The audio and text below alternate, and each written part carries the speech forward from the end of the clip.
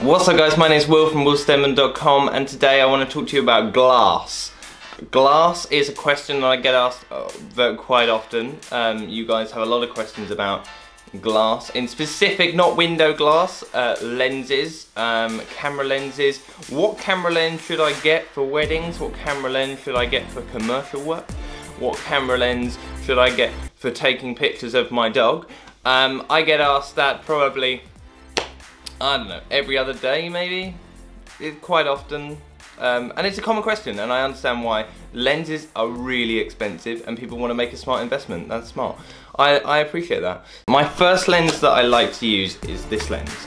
This is the Canon 24-105 f4 lens. Now I'll talk about me and then I'll talk about why I use it. I use this for kind of all sorts of shots. It's my first lens that I got. Probably if someone was getting into wedding photography or just photography in general, I'd probably recommend them to get one of these. Simply because of its massive focal range. 24 is nice and wide, and 105 is also nice and zoomed in. I reckon you could probably shoot an entire wedding on this. The only problem with this is it's f4, which isn't great with low light, and it's also not great for separating backgrounds, which is something that I'm really big on. In terms of versatility, this is like up here. Super versatile lens, super handy as well. And sometimes I keep it in my bag, although I don't necessarily use it every wedding. In fact, to be honest, I don't use it at every wedding. It's just handy to have because it's just so versatile, and the times that I do need it, I'm thankful I've got it. Put it that way. Yeah, 24-105, top lens. Next lens I want to talk about is probably one of my most used lenses. This is the 16-35 f2.8L lens from Canon. I have got that right, I hope. This is a super ultra wide angle lens. This is great, and this is probably one of my most used lenses again, because it's really nice. And I'll explain.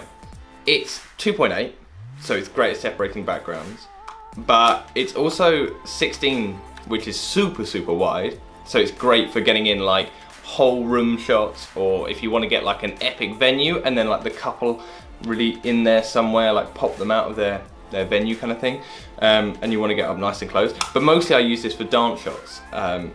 It's great for dance. Oh dear. It's great for dance shots, and if you're going to use it for dance shots, I would 100% recommend you get a UV filter for it, because it's going to get wrecked. This one's currently still got lots of champagne spray on it from the last wedding, so I like to get up nice and close with this, and pretty much all of my dance shots from weddings are taken on this lens. These are the breaks!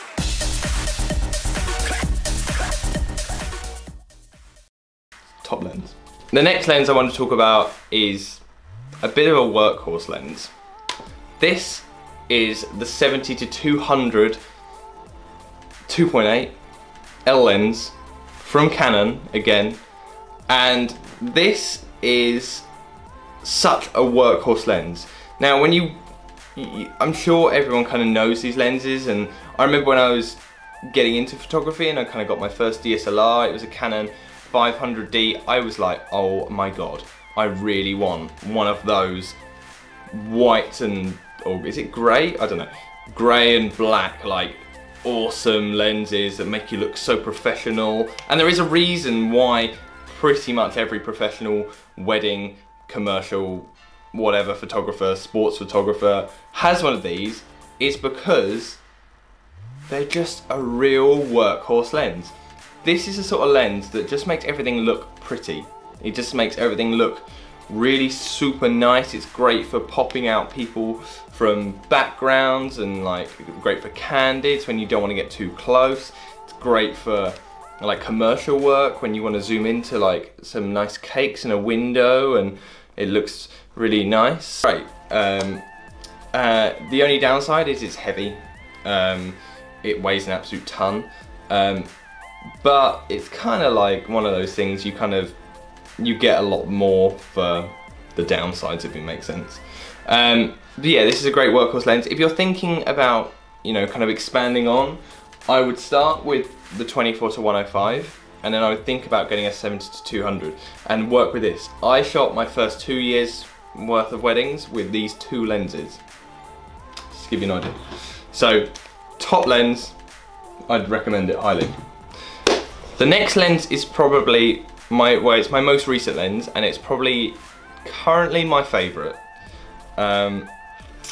It's the Sigma Art 85mm 1.4 from Sigma. And this lens is just absolutely mind-blowing. And I'll talk about like why I use kind of like zooms over primes and like the difference between the two. Basically, I use a lot of primes now because they're sharper. They're engineered to focus perfectly and be sharp at one focal length rather than a whole range of a focal length, if that makes sense. Now, with having such great sharpness means that you can also get like a really nice aperture. So while other lenses like this is f4, which is relatively kind of, you know, it's a relatively high aperture when you think about it. In comparison to this, which is 1.4, it's just incredible for separating people from backgrounds and things like that. I'd highly recommend this lens. I use it for a lot of shots because if it's 1.4, I can just get in nice and close, pull people out from scenes. I'd really recommend this lens. Great lens. Right, the next lens I want to talk about is the 35 1.4 art lens from Sigma, and it's actually the lens that I'm currently filming this with now. I'm going to show it to you via my trusty RX100 here. RX100. This lens is probably one of my... It is my most used lens. It's not probably one of my most used lenses. I use this all day on wedding days. I use it tons for commercial work. It's an absolute beast. And I know a lot of photographers that say that they could shoot an entire wedding just on one of these, which to me is mad. Now this is great for, I use it for all of my morning shots pretty much. Some days I'll kind of turn around, look at my bag and go, oh, I haven't really used that many lenses today, just my 35mm. It's super sharp, like crazy sharp. It's great for separating people. It's still 1.4. There's so many reviews about this lens that are just like all singing, all dancing. It's just a great lens in general, and I love it. If you're getting into wedding photography, go for these two, and then maybe get an ultra wide. Then I'd recommend a 35, and then finally an 85. So quite a lot of lenses. I get asked this all the time, and now you know. What lens do I use? These. Thanks for watching, guys.